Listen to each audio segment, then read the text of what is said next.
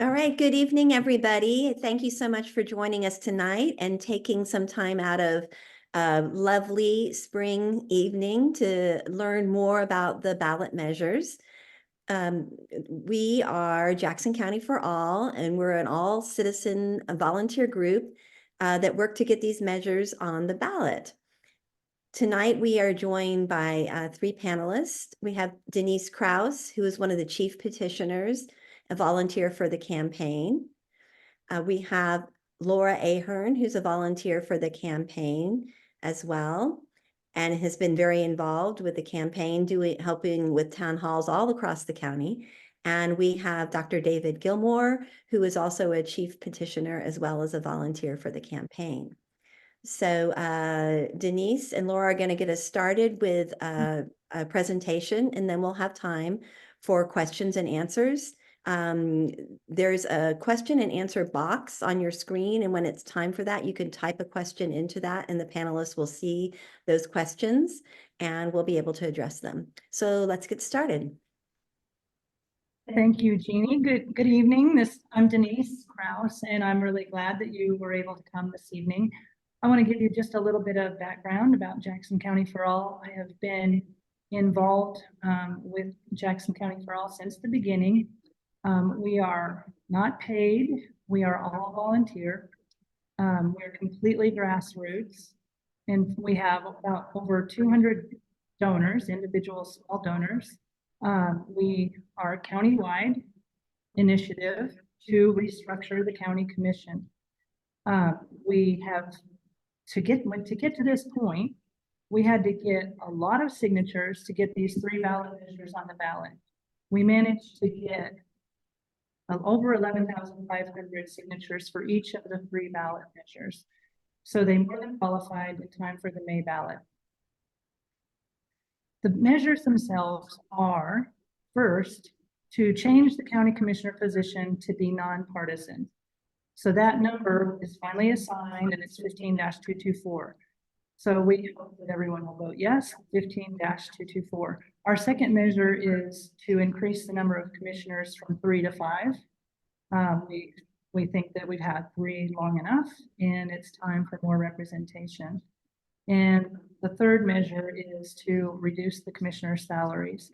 So since they're so highly paid and we want to add 2 commissioners, we want to decrease the salaries to be able to offset the addition of 2 more commissioners.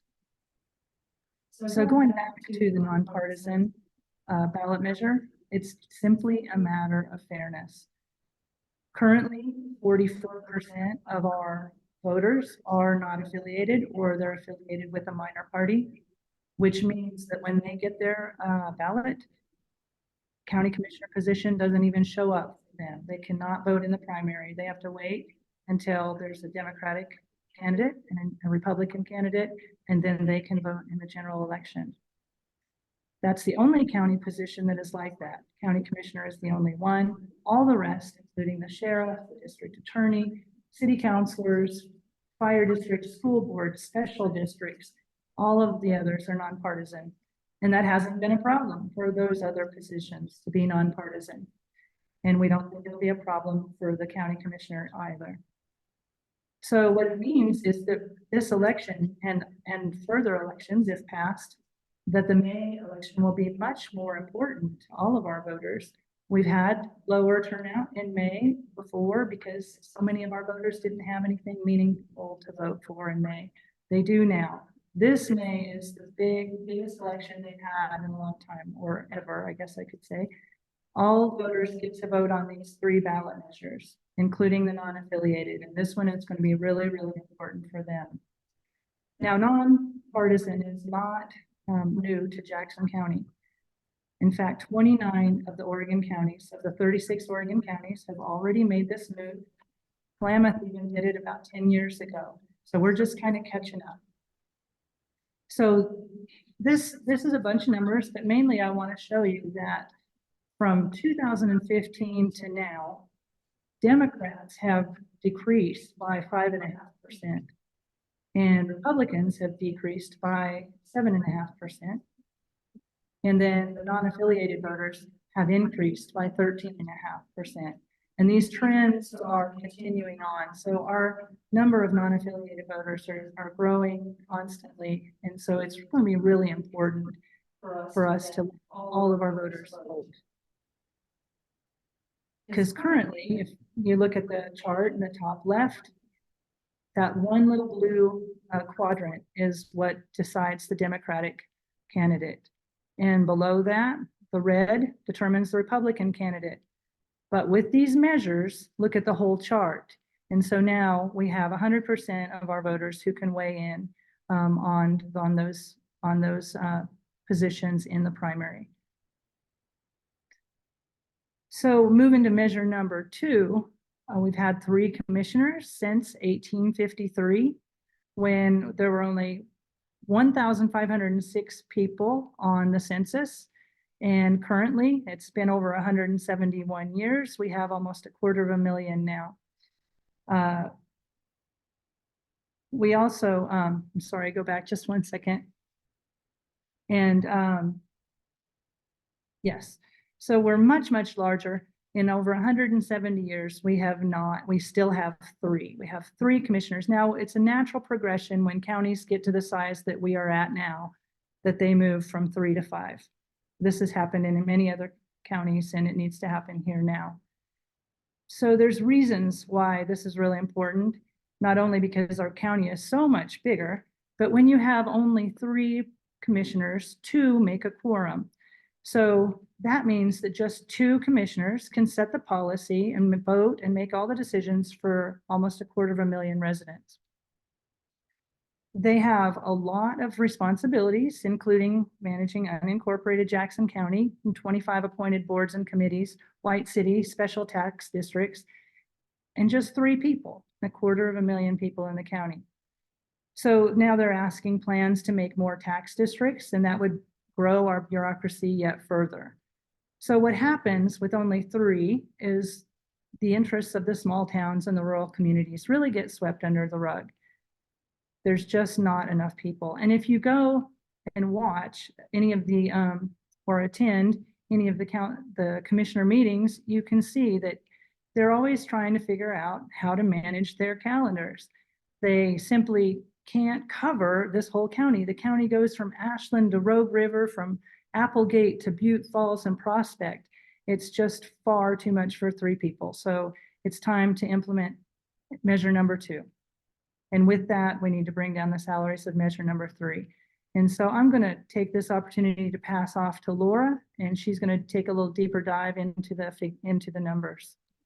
Laura, you might need to unmute your microphone, please.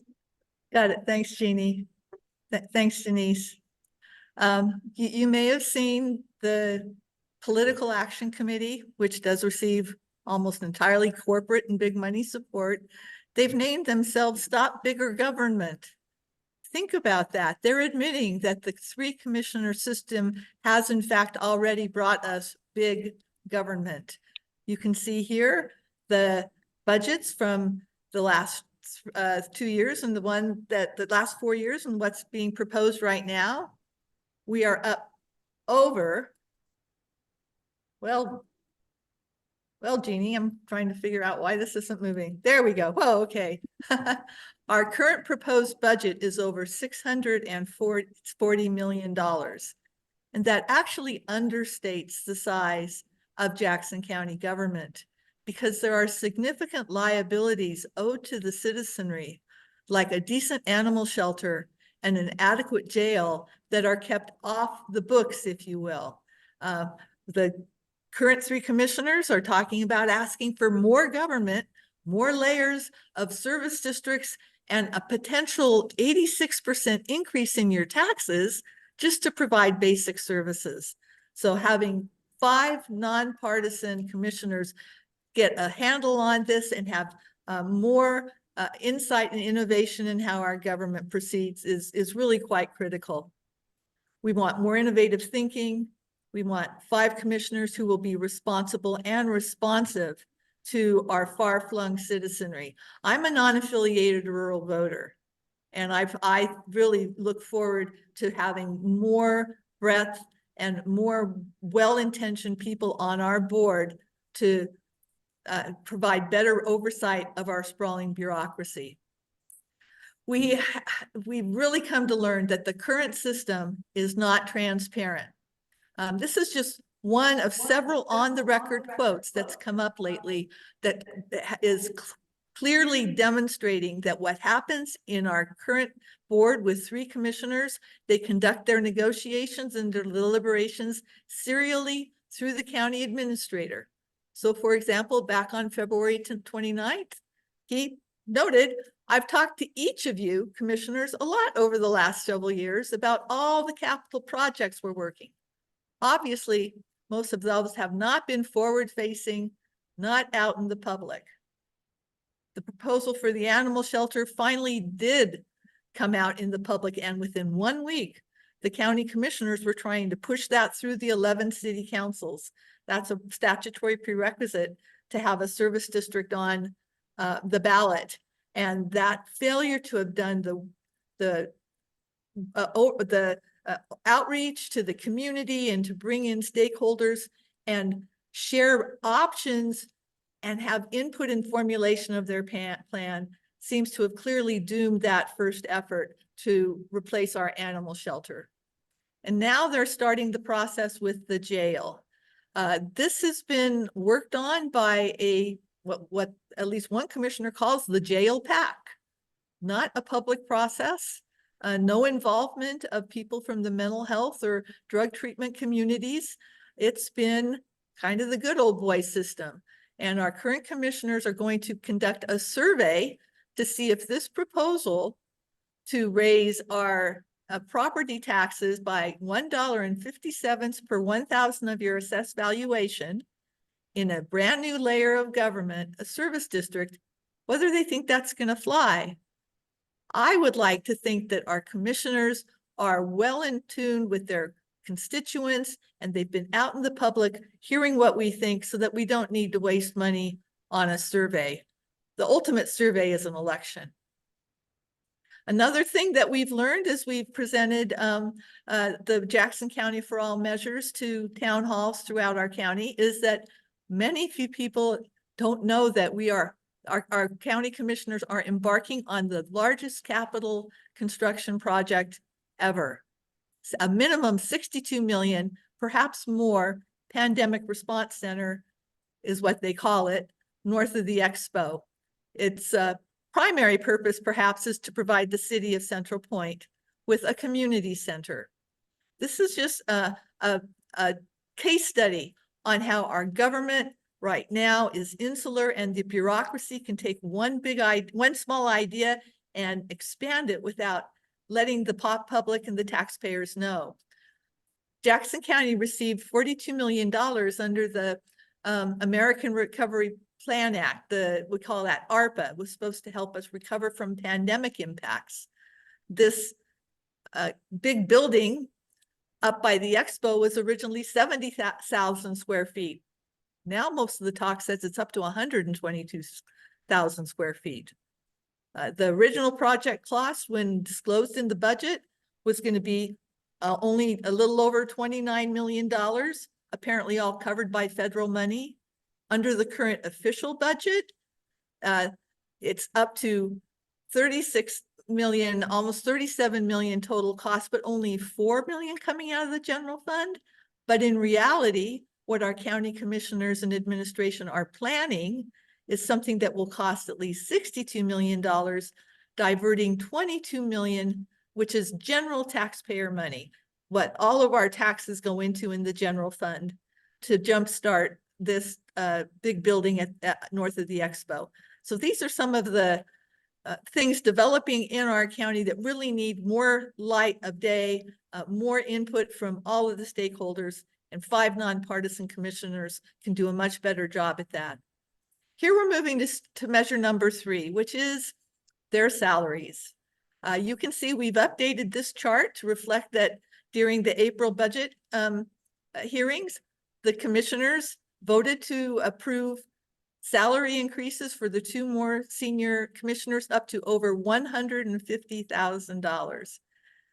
This was the timeline here. In week 1, only 2 commissioners were showing up to work. Week 2, only 2 commissioners were showing up to work. Week 3, still 2 commissioners, but in week 4, all 3 showed up and voted to increase their wages. How did this turbocharged system where they keep getting raise upon raise happen? Our commissioners have adopted a system, and they've just put it on autopilot. They call it internal equity. They've slotted themselves inside the massive bureaucracy of our county government of over 1,000 employees, and they give themselves both seniority raises and a cost of living raise, which is dictated by the union contracts they negotiate. So in other words, our county commissioners approve, okay, let's give the employees a 4.6% raise.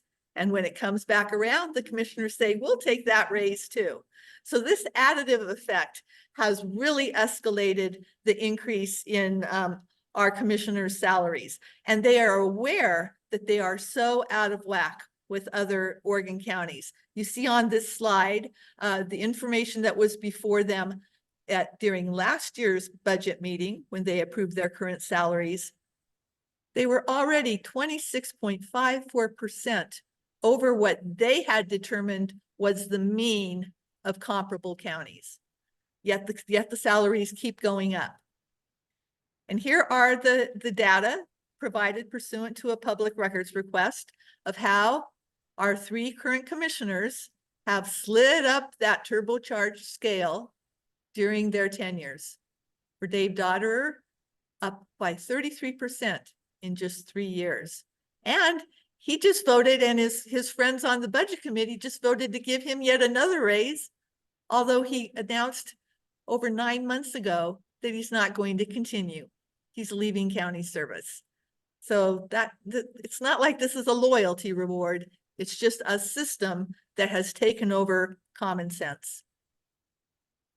Now, these are the people who actually make that decision. As I mentioned, this was a week where we had only 2 commissioners, but we have our 3 citizen members of the budget committee, and they are supposed to take into consideration certain things like the budget and comparable wages, but then they can base their actual recommendations on official salaries on anything. And what they do, we've seen at least these last 2 years, is rubber stamp the administration's number crunching under this system that's just kind of taken over.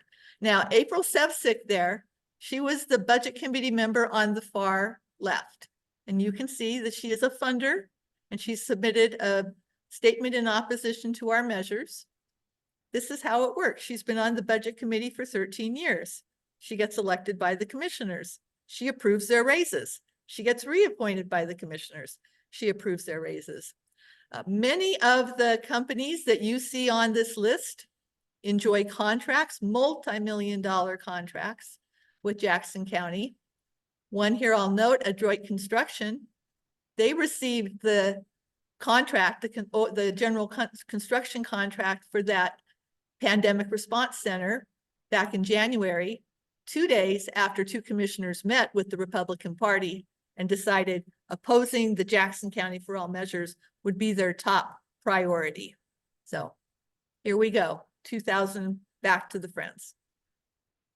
Now, you may have heard that our county administrator worked up a pro forma, and some opposing the measures have taken that and said, oh my gosh, this is just going to be costly. We've looked a lot at those numbers, and they were skewed and overstated. I'm not going to walk you through all of the details, but I will put this in context, because even the county administrator admitted when he rolled these rather crude numbers out that they were general, they were estimates. People could say you could do business differently. You can argue these numbers. So we're just going to look at a few of the prime examples so you understand why the Jackson County for All measures need not be costly at all if we elect prudent, sensible people.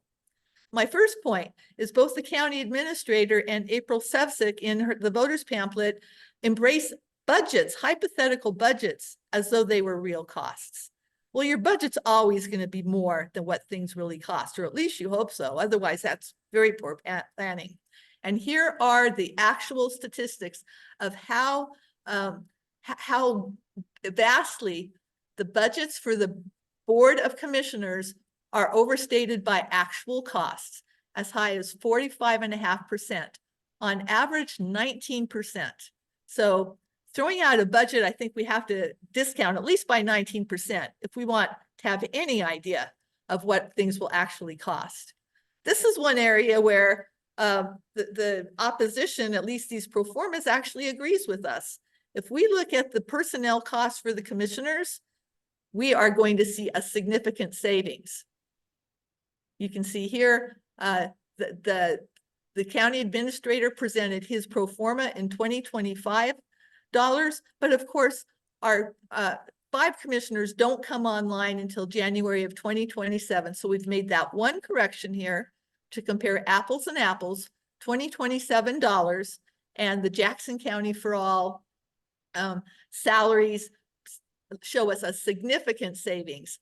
Now, do we have to hire somebody else to support 2 more commissioners? Maybe not. They may be very tech savvy. They may say, I really don't need that much in-office support. So if we split the difference with the county administrator's pro forma, we still are pretty much in a wash. We'll give them another half full-time equivalent. These are all people shared out of a pool with county administration anyway. So it's not like we have to hire someone and trust one commissioner to keep them busy. They work collegially as a pool to support both county administration and the commissioners.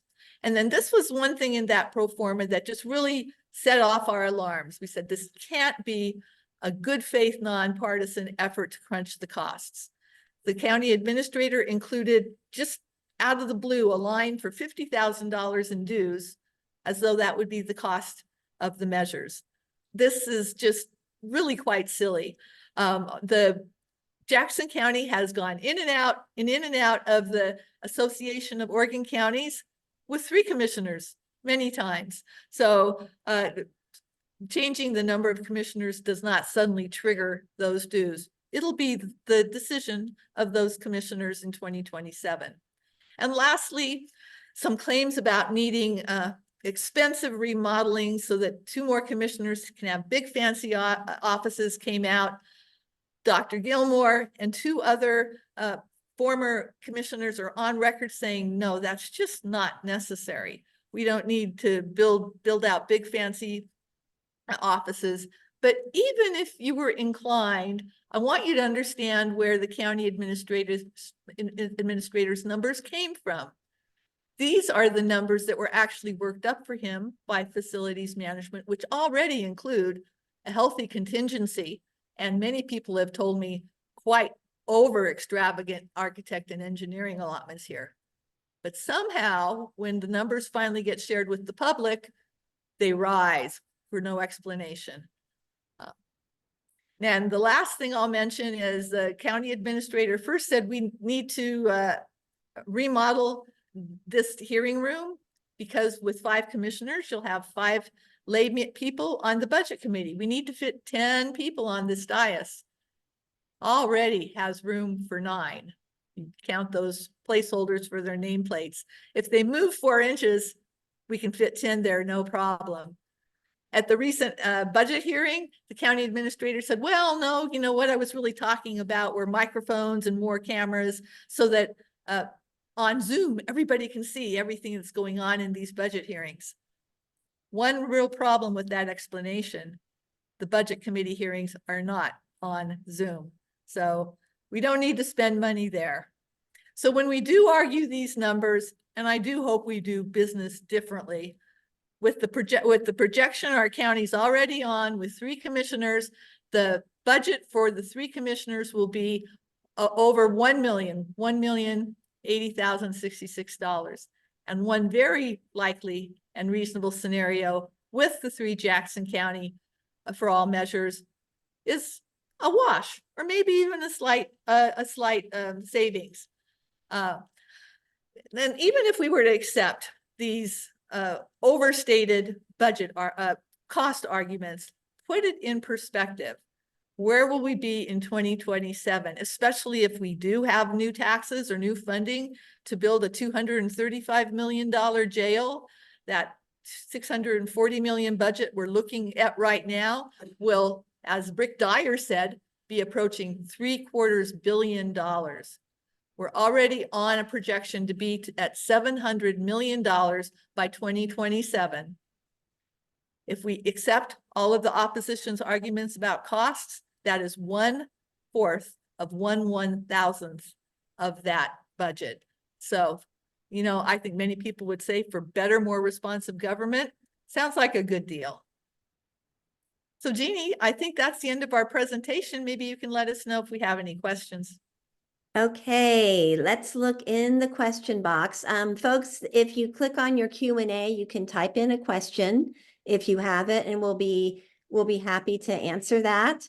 I do have a couple questions. The first one is for Dr. Gilmore, and it's in what ways has the county changed since you were a commissioner? And then why, as a former commissioner, do you support these measures? Yeah, well, actually, if you look at the population increase has gone up quite a bit over the last 10 to 15 years in our county. And the budget, of course, as you've seen, the budget has gone up quite a bit also. I think it's we've had some demographic changes in the county, as you've seen by the number of people that are no longer reporting that they're Democrats or Republicans. And that's been a big change over the last 10, 15 years. I think that the other thing that we've seen is because of the way the salaries of the commissioners were structured to automatically go up with years of service and cost of living. There's been a gradual but persistent spread between average salaries in our county and what the commissioners make. And what we're trying to do with these measures is to correct that and bring it back down closer to what the average people in the county make, which is only fair. So that's those changes have happened. And what was the main reason you got involved as a chief petitioner? Why are you pushing for these changes now? Actually, I was pushing for most of them 20 years ago, even before I became commissioner, and not so much the salaries, but the going to 5 commissioners and making it nonpartisan. That was actually something the League of Women Voters had researched and did a 2-year study right after I became after I left the commissionership, and they came to the conclusion that was the way to go. And so that's something that's an idea that's been there for a long time to improve government in the county, and I still support it. So when Denise and others came up with the idea of having a ballot measure, I was 100% behind it. Thank you. Okay, let's check. Here's another question. This question says, the opposition says that there are more non-affiliated people because people get registered when they move to Jackson County by the DMV and are automatically registered as non-affiliated. Can you address that, please? Like, why do you think there's so many non-affiliated voters in the county? Laura, do you want to answer that since you're a non-affiliated voter? Sure, yes. Well, it is easy to become a voter, and it's also very easy to go in and change your registration, not only from being non-affiliated, but back. I will only tell you that among my close friends in my neighborhood, 5 have left their major parties to become non-affiliated. The progression that we see year on year, we think back to that chart that Denise showed, where we have 116% increase in the NAV numbers in only 8.5 years. That reflects people consciously changing their registration. That is not at all the result of the motor voter law. It's great that we get people in the system that way. It would be interesting to get from the Secretary of State maybe some general data of how frequently are people changing. But I know from my personal experience and just looking at those numbers that voters are making conscious changes to either not have a brand or to have a brand. And that's fine. But the point is, we should all have the ability to not only vote, but to run in an election that we all have to pay for. We talked about non-affiliated and minor parties not being able to vote in May. Those folks also have no practical way to run for county commissioner if they can't get out there in May. It's like starting the race and the two runners have already completed 4 of the laps. You don't get to be in the voters pamphlet. You don't have people giving you money. You're not in the, I think both of our local newspapers have given lots of detailed front page coverage of the current county commission races. If you were non-affiliated right now, you are like kept out in the dark until next November. There's no way to catch up. So I think that's an important First Amendment principle too, that really drives Measure 1. I also think that the reason we're having more non-affiliated, we're just following national trends. This is, I don't think Jackson County is unique in that. I think you'd see that if you went to almost any county in the country, that the registration numbers for the major parties has slipped quite a bit over the past decade or two.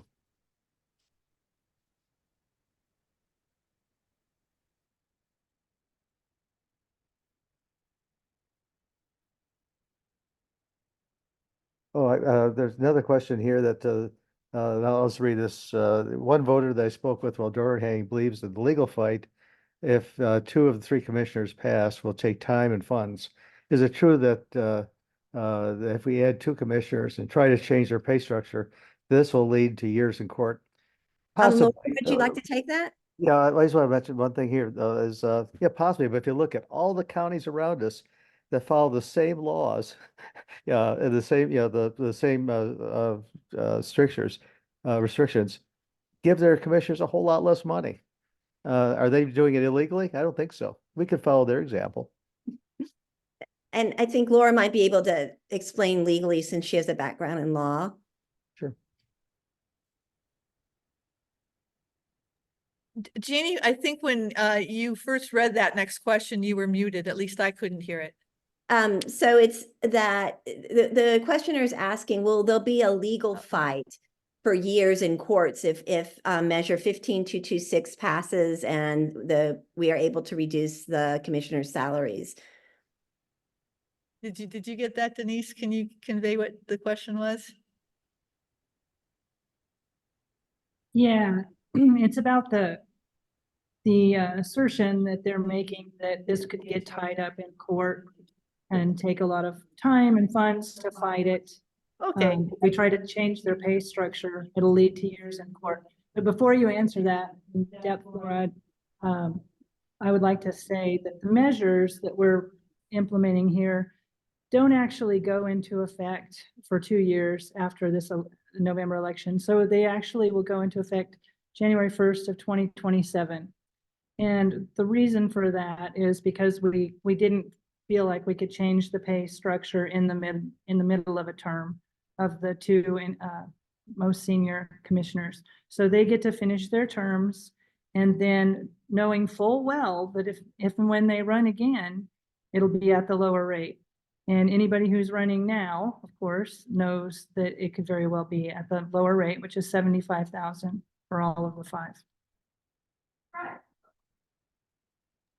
Yes, so all 3 of the current Republican contenders to run for the commission seat in November are on record that if the voters say their salary should be $75,000, okay, they'll go along with that.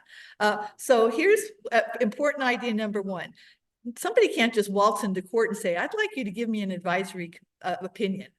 Courts don't want to get involved in problems unless the person bringing the lawsuit has standing and there is what's called a justiciable controversy. In other words, the court can really fix a problem. There's a real problem.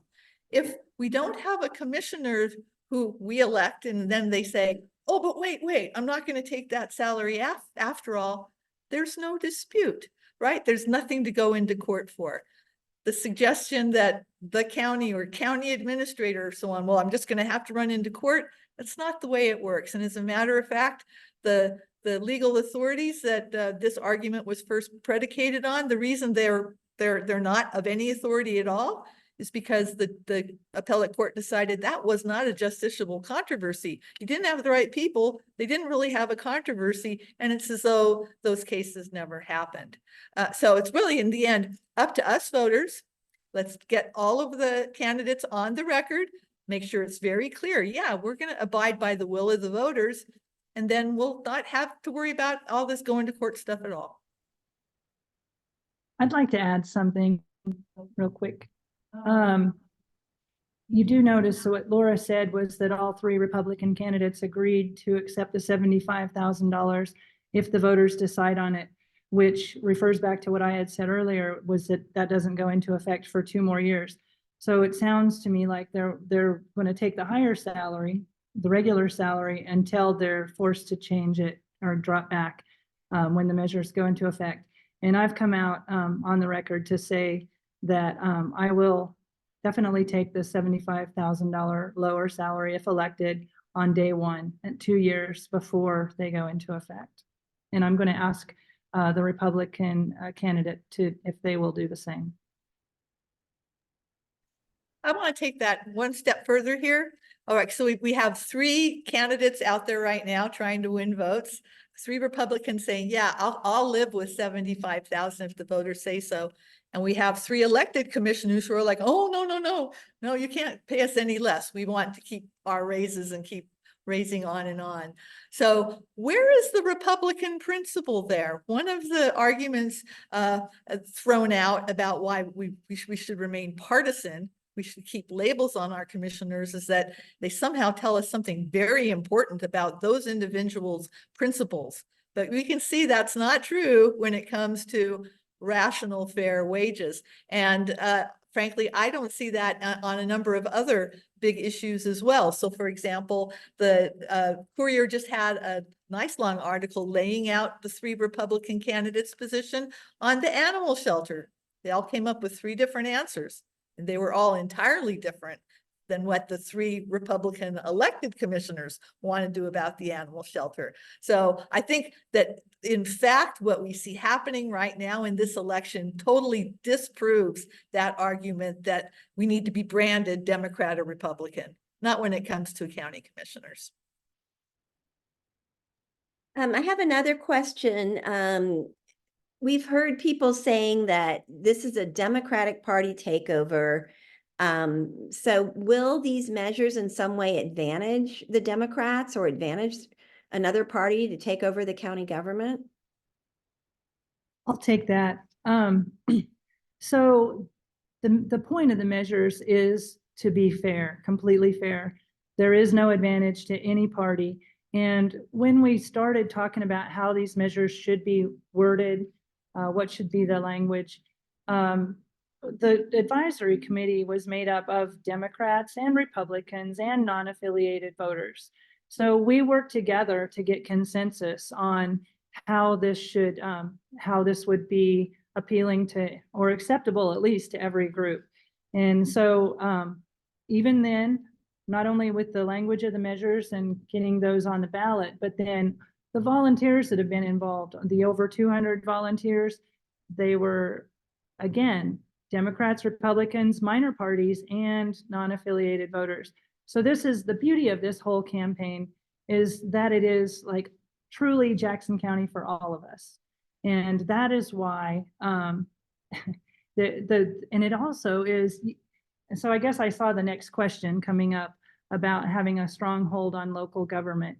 And I can kind of address that there, is that the current system is made up of 3 far-leaning Republicans, far right-leaning Republicans. And so with that makeup of the commission, they represent less than 30%, probably far less than 30% of our county. And so that's a lot of people to not be represented. We definitely need to do better than that. Now, we did hear Colleen Roberts go on to the Bill Myers show, which is a conservative talk radio show, and say, we have a stronghold and we have to keep it. So I think that's what's coming from. So basically, there is an advantage, a registration advantage. There are about 6,000 more registered Republicans than Democrats.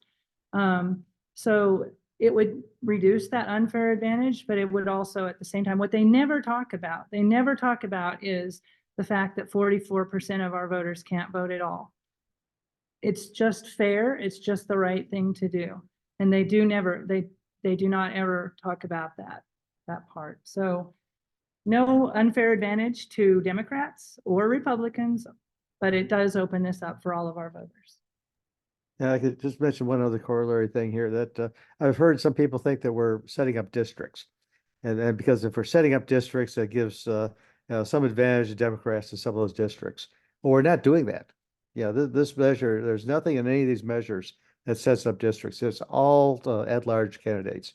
And being at large means that we basically don't change the complexion of the county at all as far as the voters. And the odds of Democrats getting in and forming majority is actually quite low. So what we're doing is actually as Denise was saying, opening it up to mostly that 44% of independents and minor party people that don't even have a chance now. It probably wouldn't give a whole lot of advantage to Democrats by doing that. The Democrats will have probably a little bit greater chance of having maybe one person at the table, but it's not going to be overwhelming. It's not a certainty either. But people should know for sure that we're not setting up districts. The one reason is we looked at that and couldn't find out a way of doing that that wouldn't involve gerrymandering. So it'd be virtually impossible to set up districts given the political climate we have now.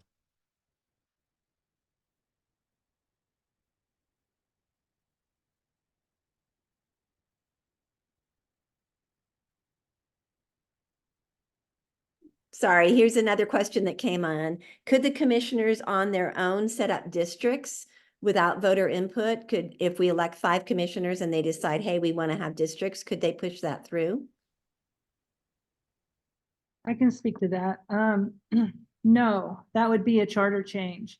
And any kind of charter change has to go through the process of what we're going through. There are 2 ways to get a measure like that on the ballot. And one is for the commissioners to refer it to the ballot. So they could refer it to the ballot, but then the voters are going to have to weigh in on that and make the decision. The other way, of course, is to get all the signatures needed for us to have a citizens petition to get it on the ballot. So those 2 ways, but regardless, the voters are going to be the ones to decide. Just want to announce one more time to our participants, if you have any more questions, please type them into the chat. We're getting towards the end of our presentation. And just a follow-up question on that for you, Denise. Personally, you're a candidate, you're running in the Democratic primary to be a candidate for a county commission. Would you like to see districts? Would you like to represent one particular district rather than being a commissioner at large for all the districts? So, the conversation and the discussion about districts has come up a lot. And there's a lot of people who like districts, but there are a lot of people who don't.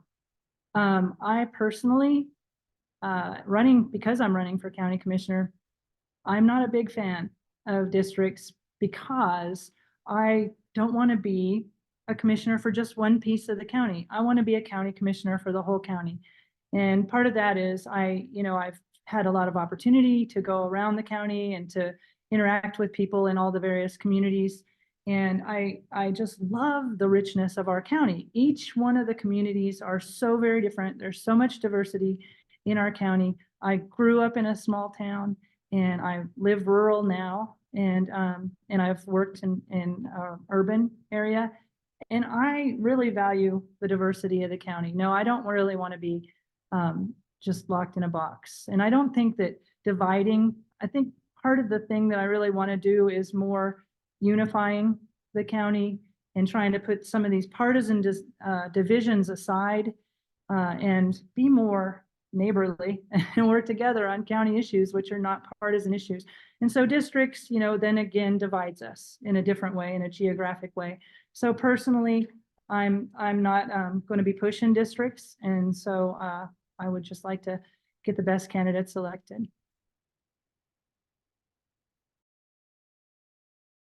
Question about transparency. and the Oregon open meetings law, and how that would play out if we have 5 commissioners? Would they be able to vote or push things through with smaller groups, and would there be more backroom deals and that kind of thing? Is there a greater risk for that with having 5 commissioners versus the only 3 that we have right now? Yeah, I can address that. If you look at all other boards and commissions in the county, they're more than 3, that they're 5 and sometimes 7. And we don't see any problem of backroom deals and corruption within those groups at all. And that's something done at every city council, that's done, school boards, the library board, all the other boards and commissions. Would be the quorum then, and how would for the county commissioner, and how, and legally, how would that be affected if we have 5 commissioners? Well, if you had 5 people, the quorum would be 3.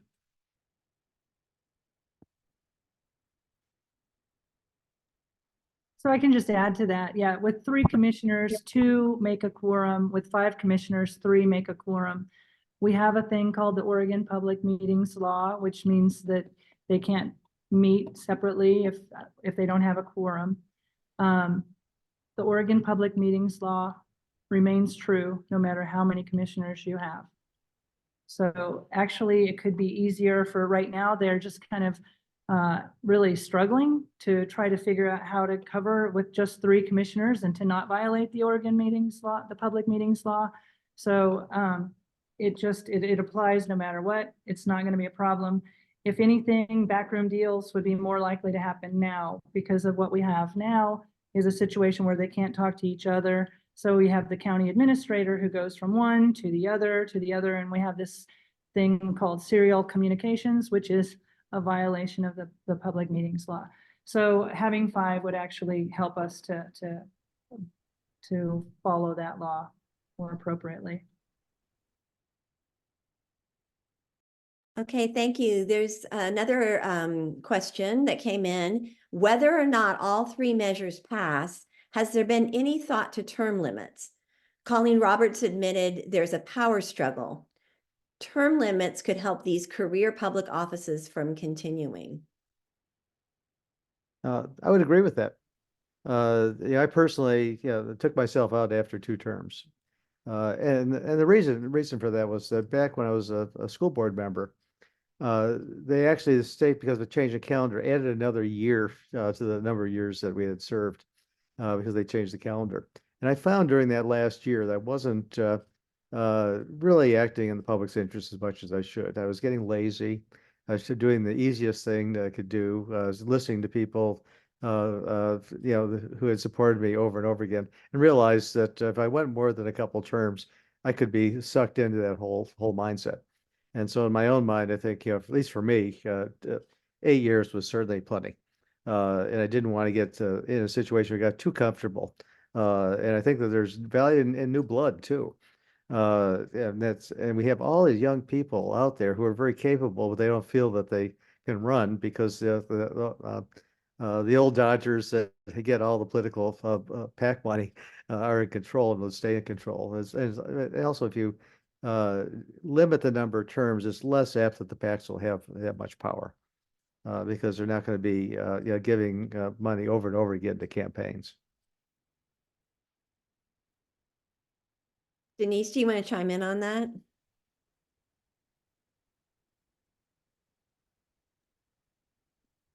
I don't know. I appreciate I appreciate that answer. I think that it's come up from time to time. I think the term limit question.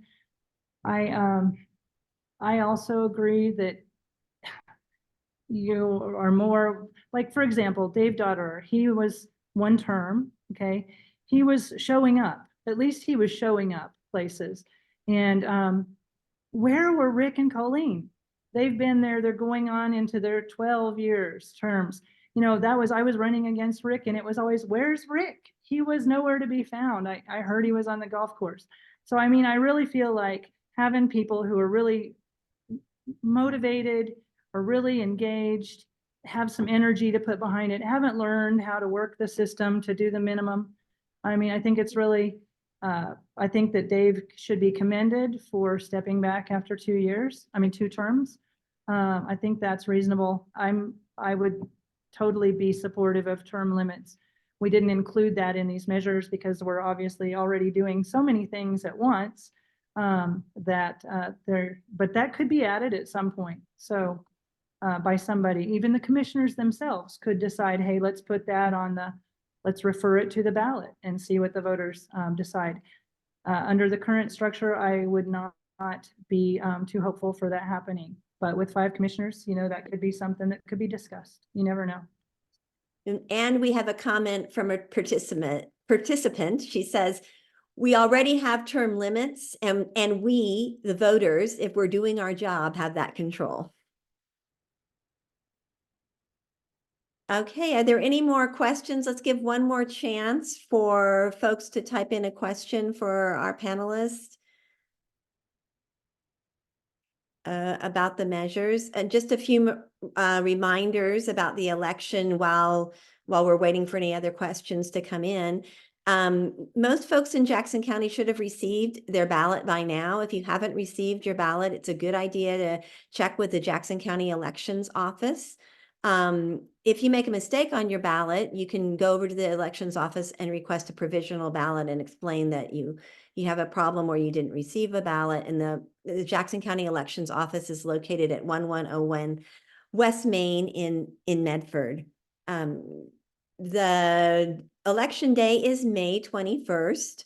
And you need to get your ballot postmarked by May 21st or into one of the official drop boxes in the county by 8 p.m. on May 21st. And we hope that everyone will vote a little bit earlier than that. There often are lines at the drop boxes on election night. So let's see, any more questions? I don't see any other questions coming in. Are there any other thoughts from the panelists would like to say? I see a couple of questions that I don't think we addressed yet. And I did mention it maybe earlier on, but I just want to reiterate that on the Jackson County for All campaign that is, has gotten to this point because of more than 12,000 people. Definitely a grassroots campaign. Many volunteers, none of them have been paid, completely volunteer. So that's just it's just very much what you call a people-powered campaign. And then the question I see about one of the opposition signs states, don't import Portland. What do you understand by that? And I can tell you, I've heard a lot of discussion about that, and nobody really knows what that means from what I'm hearing. Is like, what does that even mean? So that's all I can say is that it's a little confusing. I think it's more, if you don't have a good oppositional argument. Our measures are so clear, they're so simple, they're so basic, they're so common sense. And so how are you gonna oppose that? And so you have to try to confuse the issue or come up with some things that whatever. I think that's just kind of just throwing something out there to see what sticks. But I can't even tell you what that means. Sorry. Any other closing comments from our panelists? And the questions are still open if we have one, or if anybody would like to throw in a question really quickly. I have Denise, do you have that song that we could play? Yes, but I don't know if I can get it to play through my computer very well Because that'd be a good way to end the discussion, actually. we can see if the sound is okay. I'd be happy to try it. Okay. Let's see. But you can ask a question while I look for it real quick. Or comment, Laura. I think we're So seeing a lot of scare tactics right now because people in opposition, if you look at the signs, making government bigger. Well, how are we making government bigger? It's already big. We're going to be managing government better if we have more commissioners. And that doesn't really make it bigger. And then this whole thing about making us like Portland, I don't get that either. That doesn't make any sense. If anything, Portland is now trying to copy us as far as salaries because we're actually above Portland as far as except for their one board chairman. We're actually above them. So that seems a bit strange, that argument. Well, also, I'll just say one thing quickly about importing Portland. In Multnomah County, over 80% of the population lives in the city of Portland. Totally different than here. The city of Portland has 12 council members. Now, we are not proposing to grow Medford to 80% of Jackson County and have 12 council members at all. You know, we have 11 incorporated areas. 1/3 of our voters are rural, and I so look forward to having more opportunities to vote for good people and not worry about their branding. That's what we need, and that's what our measures will give us. Okay, can you hear me? I'm gonna try this. Tell me if it's bad and I'll stop. Okay. But what this is our campaign song. It's very exciting. If you listen to the words, they address each one of the measures, and it's a pretty positive and upbeat song. So hopefully it'll come through. Let's see.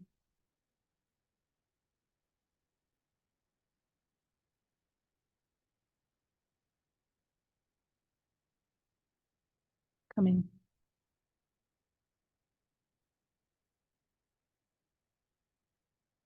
Can you hear it?